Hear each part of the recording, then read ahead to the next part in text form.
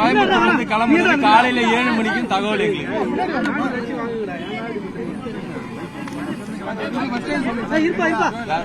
Sir இது வரைக்கும் நாங்க வெயிட் பண்ணிட்டு இருக்கோம். சவுக்கு சங்கர் கொண்டு வரல. ஆமா ஆமா, அவரோட பேர் விஜயராகவன். அவரோட வழக்குக்காக நாங்க 2 கிரைம் நம்பர் அவர் மேல இங்க போட்டிருக்காங்க. 154/2024, 155/2024 2 குற்ற வழக்கு காமிச்சிருக்காங்க. சார் குற்ற வழக்கு அது உண்மையா பொய்யா இல்ல அது நிரூபிக்கத்தக்க அதெல்லாம் கோர்ட் பாத்துக்கோம். நாங்க முறைப்படி கோர்ட்ல எல்லாத்தையும் சந்திக்க தயாரா இருக்கோம். பட் இந்த கேஸ்ல ஒரே விஷயத்துக்காக எல்லா இடத்துலயும் எஃப்ஐஆர் போட்டுக்கிட்டே வராங்க. இதுக்கு முன்னாடி 2018 ஒரு கம்ப்ளைண்ட் கொடுத்திருக்காங்க. அந்த லேடியோட கம்ப்ளைண்ட்டை பேஸ் பண்ணி ஒரு எஃப்ஐஆர் போட்டிருக்காங்க. இன்னைக்கு 2024.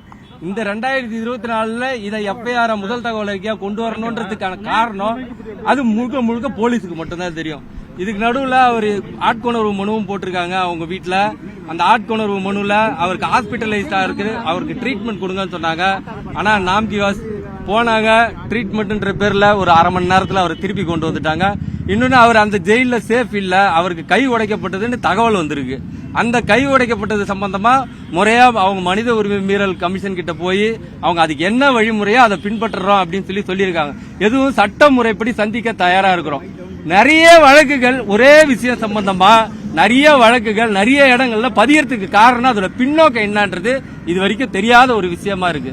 இது வரைக்கும் ஒரு ரிமாண்ட் ஒரு அக்யூஸ்ட் ஒரு ரிமாண்டு கொண்டு வர்றதுக்கு ஏன் இவ்வளவு காலதாமதம்?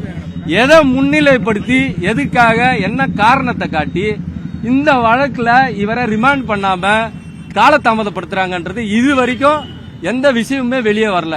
நீங்களாம் தான் சொல்றீங்க 6 மணிக்கு அவரை கொண்டு வருவாங்கன்னு. பட் அதுவும் நிலையானதா இது வரைக்கும் தெரியல.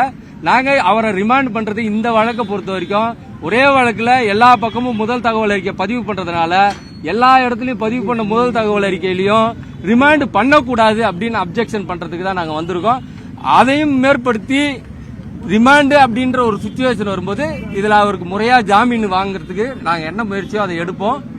அவருடைய வழக்கு சம்பந்தமான விவரங்கள்லாம் அதை கோர்ட்ல முறையா எப்படி அணுகணுமோ அதை அணுகிறதுக்கு நாங்க தயாரா இருக்கோம். ஆனா ஒரு ரிமாண்ட் அப்படின்னும் பொழுது அந்த ரிமாண்டுக்கான காலதாமதம் இது வரைக்கும் யாருமே சொல்லல. எந்த போலீஸை கேட்டாலும் எந்த விவரமும் தெரியல.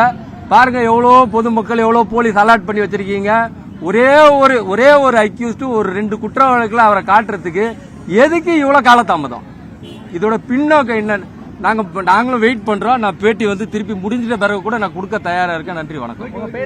விஜயராகவன்.